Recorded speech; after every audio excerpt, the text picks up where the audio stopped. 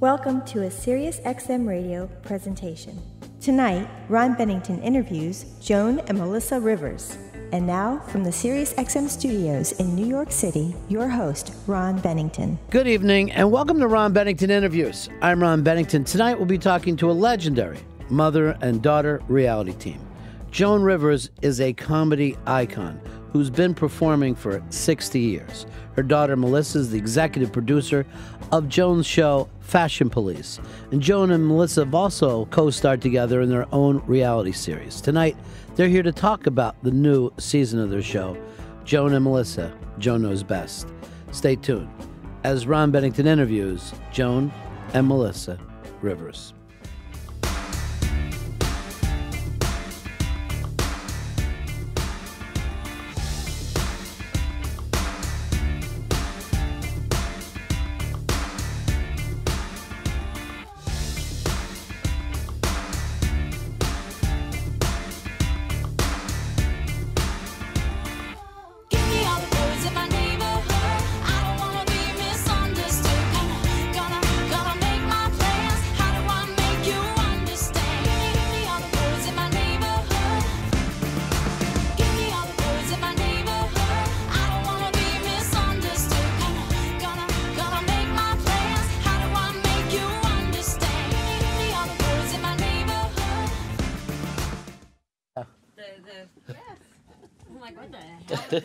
You're like, what do these guys play on this show? I'm anyway, like, what is that song that just repeats and repeats, and I'm never quite sure what it said? Something's gone wrong in the neighborhood or something like that. The Joan and Melissa, Joan Knows Best premieres Saturday, March 29th, 10 o'clock on the East, 9 Central on Weed TV. Not that everyone doesn't know this because you've gone viral again over this RJ thing. Thank God. Yeah. I didn't expect it. Ray J. RJ. Yeah. What does it matter? Good looking is good looking. Yeah, we did a porn. Nobody has ever thought of doing a slightly older woman porn. Uh-huh. The last one I did was with Moses. There's a reason. There's a reason because, but the nice thing is, we did it in a very dark room. No, you say that, but I honestly think that the episode that you did with Louis C.K. was incredibly sexy. Incredibly sexy. He made it sexy. Yeah. He went after. He really started up with me. Yes, he did. That was all improv. Is that right? Oh, improv. What are you doing? But I thought it really worked. I thought it was amazing. I thought it was a great episode. I think he's a great filmmaker. Yeah, but you guys, I hope you go back and do the show again because... Well, tell him that. Yeah, I will. I'll stay on him about that. His season starts up again pretty soon. Melissa, for you, is this show crazy for you to be, doing this, you and your mom out here on this kind of reality show stuff? Is it crazy? Yeah, I mean, you are really putting a lot out there. Oh, absolutely. But it's nice because I find that people now understand why I am the way I am. Okay. It explains my psychoses now. Yeah. See, really? It's because of that. No. I don't know. I don't really think about it anymore. Really? You're that comfortable with it. But I'm also very clear as to where my lines are. But her lines have changed in 4 years. Is that right? Oh, God, yeah. I think it's a much wilder show. It's a much funnier show. I think this season, and I'm not just saying this, people always go, this is a great season, then it sucks. But this is a terrific season because she also finally said, oh, fuck it. Right. All right, film it. Let it go. It's okay. I mean, the boyfriend, the difference with you in bed with the boyfriend now than 2 years ago. A lot more. We got to see your boobies and all that. But also, I'm also very clear on where my line with my son is. So that's the only important thing to you. Well, that's all that matters. Yeah. That's nice. We'll change that in season 5. That's nice, Mother. That's lovely. I'm throwing him into the mix season 5. That's. See, to me, a lot of these shows you have to come up with things for the people to do. But you have Joan Rivers, a comedic genius on the show. I imagine they're just going to let you run with ideas, right? The joke is that we would send film in or tape in to Yeah. And they would say, no, we want reality here. And Melissa would say to them, no, that actually happened. Right. That happened. That absolutely happened. And then they go, okay. Is there a certain freedom, though, when you put so much stuff out there that, now nobody can hurt you with anything, though? Is it? Oh, people can hurt you all the time. Yeah. Yeah, I don't think putting it out there has anything to do with people hurting you. We're not tabloid people. Right. So it's not, there's no deep, dark skeleton that something's going to pop out unless there's something you haven't told me. Right. I'm hoping. Yeah. But Joan, I'm always hoping they'll find out something. I was thinking, when you just said we're not tabloid people, were you like one of the first comics to really use the tabloid stories on stage, though? And was anyone Probably. doing? Yeah, I don't know if first one to really say, which goes back to the red carpet, that this one's a drunk and this one's a this and this one's a that. People are always so scared to say anything negative about our stars in those days. Yeah, exactly. And the very strange thing about comedy is, like every other art form, we always give credit to the people who did stuff first. And for some reason in comedy, we never do that. We just... Because nobody really knows who's done what. Yeah. It's not like putting a song out where you could say Elvis was the first to do this. Right. I know when David Brenner passed away the other day, we got around saying, critically, David Brenner, is a gigantic amount of people followed him what he did. But he was gone. I find fame very interesting. You ask 12 people on the street if they're under 30 who he is, they wouldn't have a clue. Which is fascinating because he was one of the very first to really bring observational humor. Absolutely. To the mainstream. Yeah. God, was he funny. He was so funny, and I think, I might be wrong with this, weren't you and David the first time two comics went out? First time two comics went out. Melissa was a little girl. She was on tour with us. Yeah. And we went out, and we didn't know who would go first and who would go second. Yeah. And so we would toss a coin backstage. Every night it would be? Every night. And every night it turned out David went first. Two-headed coin? But we toss that coin every night. But because, that whole thing, well, who's first? I've never believed in that. Right. I've always said, if you can't, I like to go on early and knock them out and walk away. Okay, job done, going home. And a lot of people say, well, you got a headline, I got to be the next to last. No, and then you guys always closed the show together. Then we'd come back and we'd take questions of the audience. And he was genius at that. Yeah, and like you said, for some reason we don't hold. If any kind of movie star from any era dies, they get all the accolades in the world. But there's something about comedy. Comics are the lowest form of human right. Showbiz endeavor. My mother, to the day she died, never said I was a comedian. She said she's a writer. Is that right? I was hosting the Carson show. She's a writer. She's a writer. So proud of her. She's a writer. Yeah. That is the strangest thing well, about comedy. You always think of garbage. I wonder hey, why. Take my three nuns and a rabbi. We're eating a chicken. I'd like you to expand on where that one was about to go. I was loving it though. It was really good. Three nuns and a rabbi are eating a chicken. I know I'm going somewhere for an anus joke. And they went into the bar to get a napkin, and the bartender said, "That was a midget." Yeah, behind the bar with a duck on his head. Joan, as long as you've been doing this, you're still jotting jokes down. Constantly. Excuse me. Yeah. Excuse me. Into the purse. Look at this. Yeah. What do you want to talk about? This is what I was thinking about last night because I'm now doing all these things. Yeah. Yeah. That is amazing. There's just little pieces of scrap paper. And it's just always going. That was from the breakers in Palm Beach. This is from, most of them from look at this. This is from another place. I can't even read where it's from. The hotel something in, can't even read it. And you're still just writing it down on scrap paper, napkins, wherever. You don't think. There it is. Yeah. Oops. That is amazing. I'll get it. Don't touch it. That's a joke. I'll get it out of the way. Yeah. Yeah. You never stop because you don't know when it's going to be funny. Thank you so much. Someone just picked it. You don't know when it's going to be funny. And if you don't have a piece of paper and a pencil, you're a fool because it's gone. Right.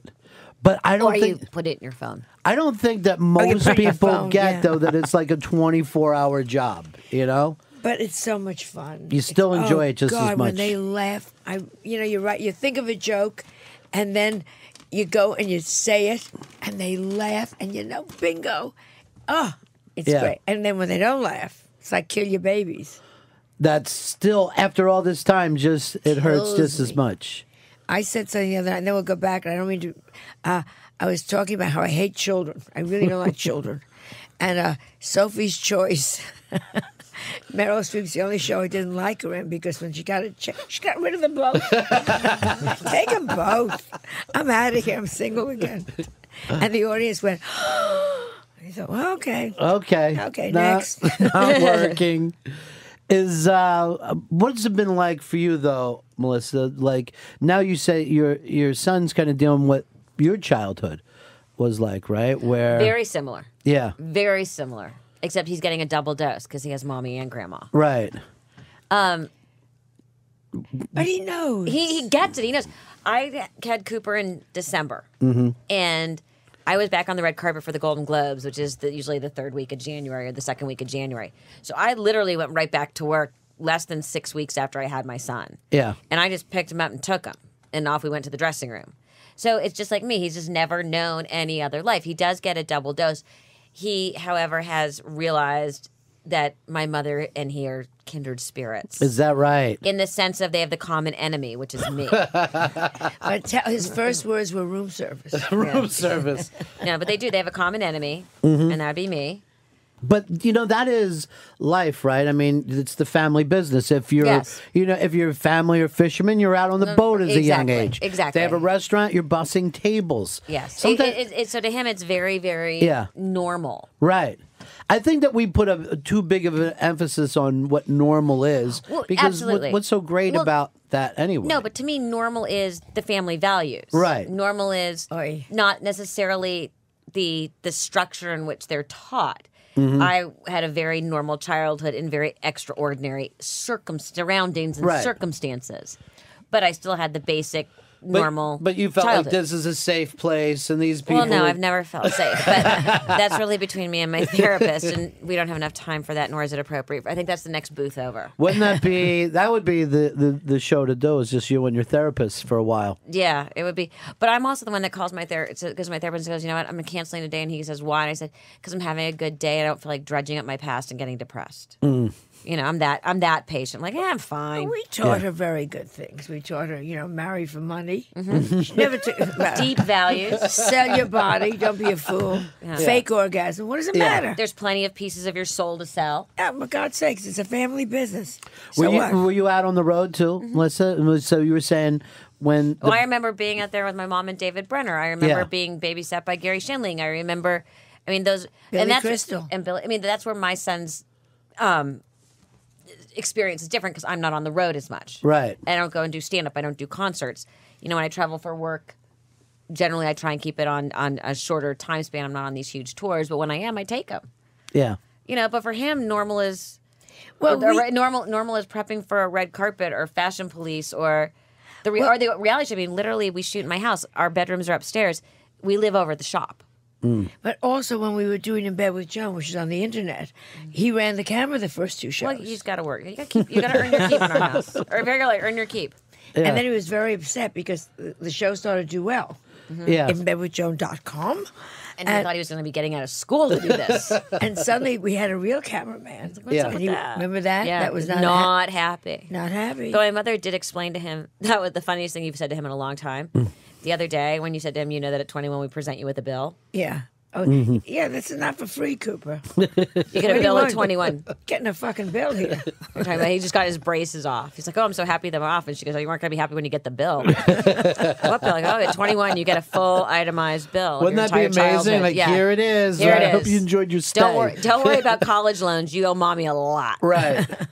Lose another retainer, why don't you? Joan and Melissa, Joan Knows Best premieres Saturday, March 29th. 10 p.m. in the East on WeTV. And then you're going to be appearing in New York City at the Beachman Theater April 1st. And I'm always there, by the way. You love that place. I love it. I just look it up when I'm there. If I have a free night and I'm in New York, I go there. And I hate the term, I riff. There's nothing like an 80-year-old woman trying to say, because I'm still from the era where you say hep. Right. Everybody stop. Who were the comics when you were breaking in? Who were the comics? The most amazing time. George Carlin, Richard Pryor, I'm talking about sitting in a row at the bitter end with a number. Wow. George, Woody was there, Woody Allen, Lily Tomlin. Bob Dylan was walking around the middle of winter without a coat or a scarf. Cosby. Wow. Yeah, it was amazing. I put that line up time. against anybody, the people waiting at the bitter end. All waiting to go on. All waiting to go on. And all of us did well. And we had dinner one time, Cavett. Yeah. We had dinner about, we did some comedy show for some charity, and it was about 6 years ago. And it was Woody and Cavett and Pryor was still around then. And we were all having dinner. And it was so nice because anybody could pick up the check. Anybody could grab it then. It was such a nice feeling. So they let me have it. So suddenly everyone got kangaroo arms. They all suddenly... Little kangaroo arms. No one can reach for that. Thalidomide. Alligator. And again, we talk about that with comedy, that they'll go back and make, movies and documentaries about early scenes. But that scene that you were talking about is just extraordinary. Yeah. It's real American history. Those are the people that shaped comedy over the next few decades. And what I say to comics, and I really believe this, if you're good, it's going to happen. It may happen at a different time. I was the last one through. Mm-hmm. Absolutely the last one through. But eventually it's going to happen. And you just have to know that. Larry David, 20 damn years. Right. Before anybody said, hey. Right. That guy's good. Oh, God, is he good. Yeah. What about, we always do this thing called the comedian that changed your life. Was there some comedian that you looked at and said... don't even finish the sentence. Yeah. Lenny Bruce. Lenny Bruce. Nothing to discuss.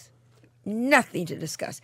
I was lucky enough. We were at the bitter end holding the numbers. He was across the street at a place called Cafe Wa getting busted. And we were able to run across and see him.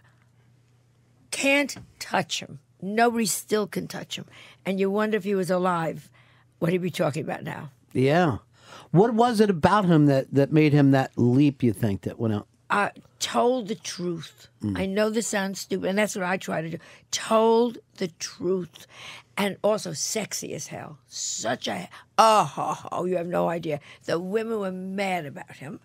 And the men loved him because he was a man's man and told the truth. And would go around and he knew, like all this stuff now, and I do it in my act, he'd say, you're a nigger, you're a wop, you're a kike, you're a frog, you're a chinkarino. Everybody's something to stop it. Yeah. And you went, yeah. And then he would do the act. It was amazing. It was amazing. Isn't it funny that he was doing that 50 years ago and we still let words hurt us today and what are we going to do? And he did something that was so nice for young people. I'm so sorry because I should let Melissa talk. Yeah, but she's heard this story a million times. I was at the bitter end doing my own act and bombing. And he came over one night and he sent me a note, you're right, they're wrong. Held it in my bra and went on and I ended up on Carson, blah, blah, blah. And I'm sitting with George Carlin one night, years later. We're both okay now. And I said to George, you know what kept me going? Lenny Bruce came over and saw me and sent me a note. You're right, they're wrong. He said he sent me the same note. Oh, so I think he sent it to every comedian around. That's so great. How sweet in a way. He would see a comedian, he would send them a note. You're right, they're wrong, Lenny Bruce. And that's, what's great is like that goes back to that Louis episode where he came up and, it was so rough and your character just gave him so much shit. You just keep going, going. Keep going no matter what's happening. Yeah, it was a whole different era. It's so great to have you guys in here. I'm happy that things are working out for you. It's Joan and Melissa Rivers. Joan Knows Best premieres Saturday, March 29th, 10 o'clock on the East We TV. Thank you so much, guys. Thank you so much. We'll see you next time coming through. This exclusive presentation was recorded at the SiriusXM studios in New York City.